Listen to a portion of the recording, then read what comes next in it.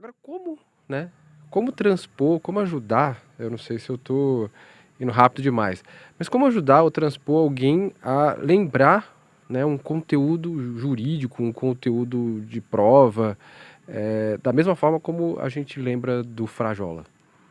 Pois é, a gente tem que trazer vários contextos aqui, tá?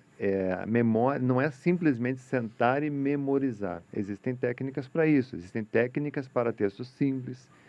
Você consegue ler e visualizar simultaneamente. Então, eu estou lendo com o hemisfério esquerdo e o direito, quando ele está sem fazer nada, ele vai, que o esquerdo é a linguagem, é a razão, né? É a lógica, né? A escrita. O direito é a imaginação, é a criatividade, são as cores, é a emoção. Então, muitas vezes numa leitura, quem lê é o esquerdo. O direito fica ali sem fazer nada, né? Então, de repente, o esquerdo encontra lá no meio do texto a palavra, sei lá, assunto. O direito, como não está fazendo nada, ele vai pensar num assunto que alguém contou para você de manhã, lá num cafezinho, e aí começa o esquerdo, continua lendo o texto, o direito fica lembrando de um assunto através de fotos, de imagens, né, de visualizações, ou diálogos mentais, né? E aí os dois continuam seguindo em paralelo. Só que aí quando você vira a página, cai a tua ficha. Ué, mas o que eu estava lendo mesmo? O problema é que você jura que leu. Não, eu juro, eu passei por aqui, mas cadê o texto? Não foi. Por quê? Um cérebro estava trabalhando e o outro estava brincando. Então, quando você coloca os dois hemisférios em sincronia, tá, você tem uma leitura concentrada e uma leitura com um poder muito grande de ativar a memória. Né? Renato, mas como é que eu faço isso? Você tem que mandar o direito fazer aquilo que ele é bom. O que o direito sabe fazer muito bem feito? Imaginar.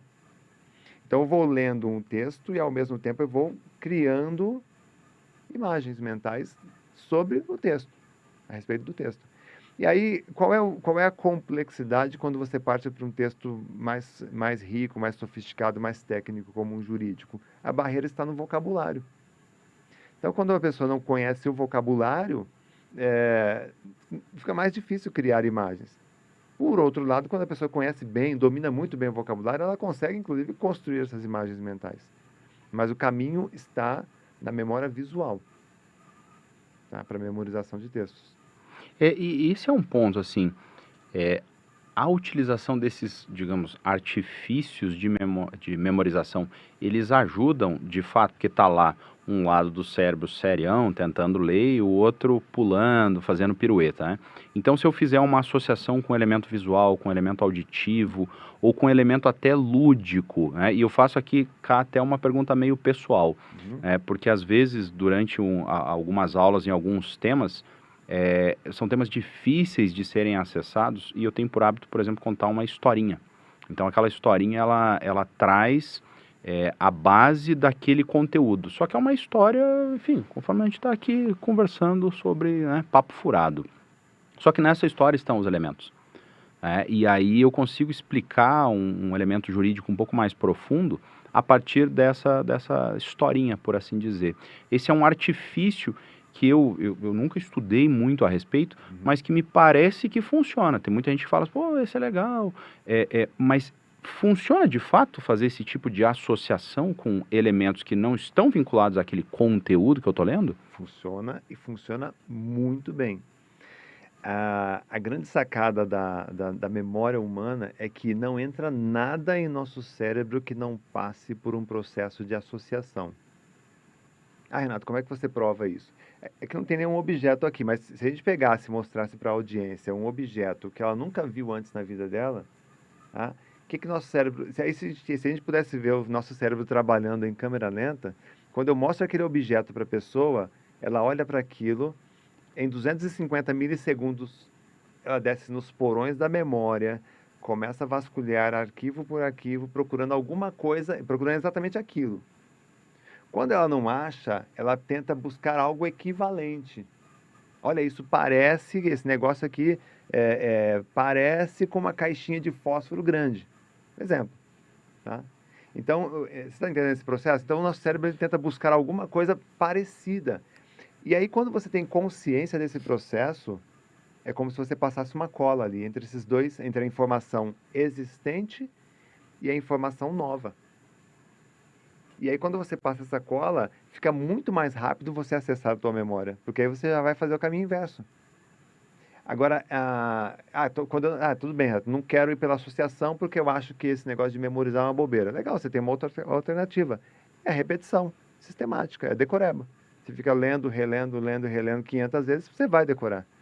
Só que se você respeitar um processo natural do cérebro humano, é muito mais fácil. Acho que aí a gente entra num ponto, né? Decorar e memorizar são coisas diferentes? São coisas diferentes, totalmente diferentes. Aliás, em partes, tá? Ambos são processos de memorização. Então, eu posso, por exemplo, pegar a letra de uma música, ficar lendo várias vezes, ou um texto lendo várias vezes, uma hora ele vai entrar na cabeça, mas isso é via força bruta, né? E a gente não tem tempo de ficar lendo 500 vezes um texto para memorizar.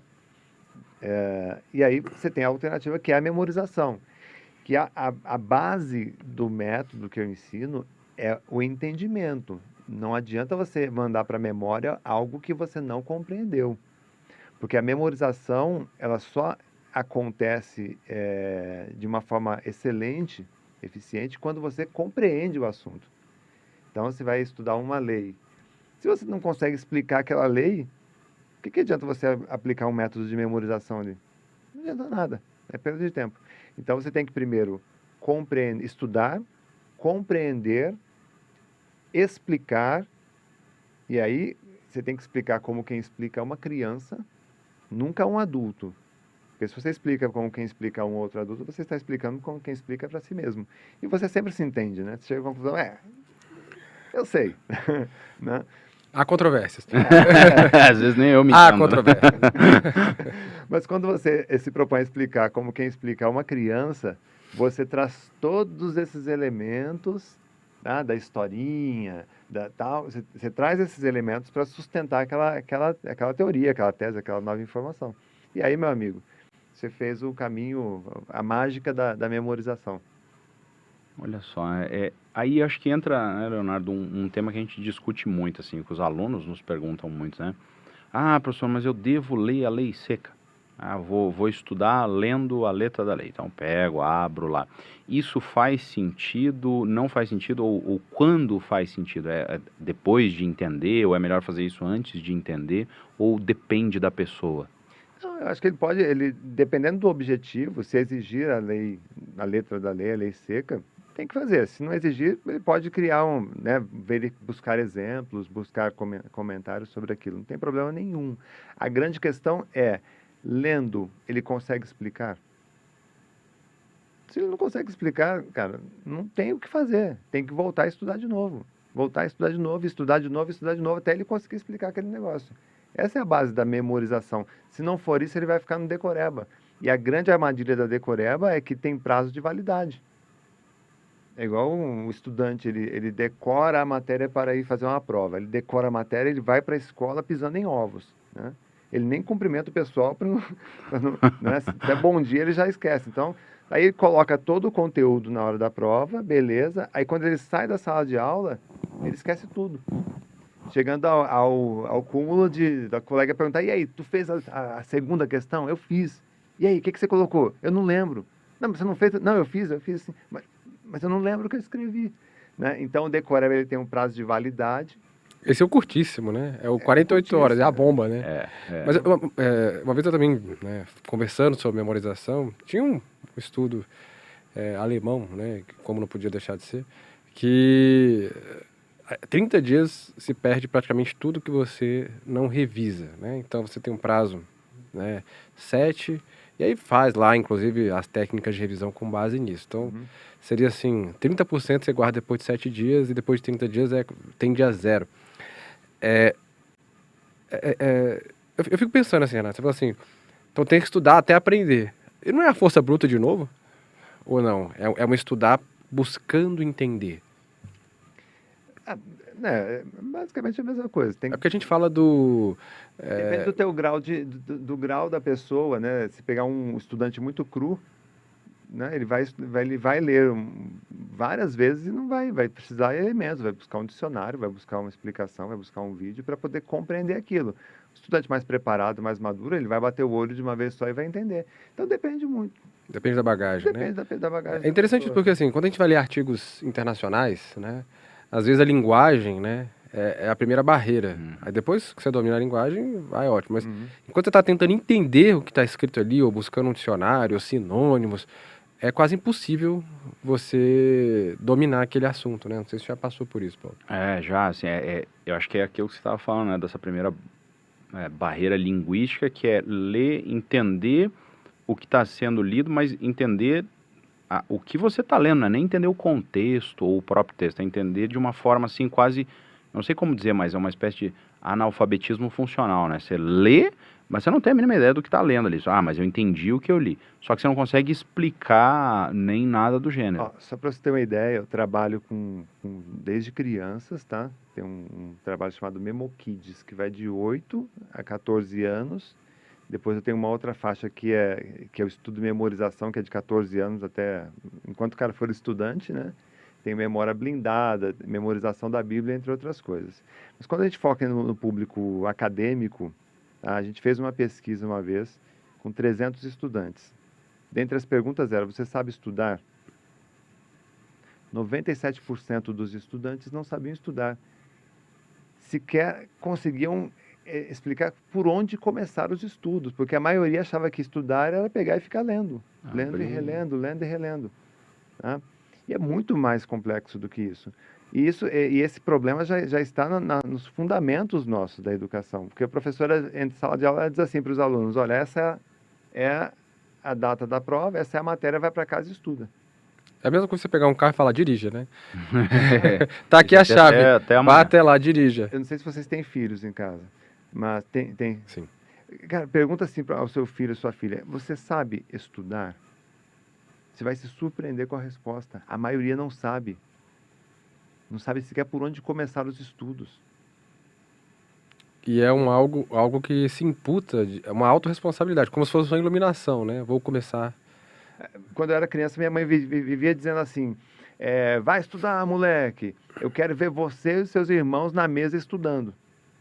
Bom, eu não sabia estudar, mas ela queria me ver na mesa. Beleza, eu ia na mesa, pegava o livro, fazia cara de conteúdo e fingia que estava estudando. Eu colocava o gibi. Depois que eu tinha terminado a matéria, eu tinha que vencer a carga horária, né? Então, por favor, não faça isso em casa. Punha por baixo? No meio do livro. Né? Eu fazia isso também. Eu já tinha terminado a matéria, achava que, né, já estava tranquilo, só que eu tinha que vencer a carga horária. Não era o conteúdo, era a carga horária. E aí, às vezes, o gibi ia no meio, e aí dava meu horário, fechava e guardava. Minha irmã ficava brava comigo. Mas mas aí, você cumpriu a sua cara. qual é a mensagem que fica na cabeça de uma criança que finge que estuda? São as piores mensagens. Pô, minha mãe manda eu estudar, mas eu não sei estudar, talvez eu seja burro. Né? E estudar não é para mim. E aí vai ficando chato aquele negócio de a mãe cobra, o filho não sabe como fazer. E toda vez que você pressiona uma pessoa para que ela faça algo que ela não sabe fazer, você vai matando a autoestima. Não, faça isso, eu quero ver você estudando, mas eu não sei. Mas eu quero ver você estudando, mas eu não sei. Você vai matando a autoestima da pessoa. Né? E aí a gente vê a pessoa desistindo. Pô, estudar não é pra mim, é uma droga. Ele tá matando a minha autoestima, porque eu não sei se eu sei estudar. Eu tô pensando Eu tô pensando na pergunta, se eu posso fazer ou não. Em ensinar aqui, eu já tô vendo do outro lado. Rapaz, tem umas coisas que eu tenho que mudar aqui.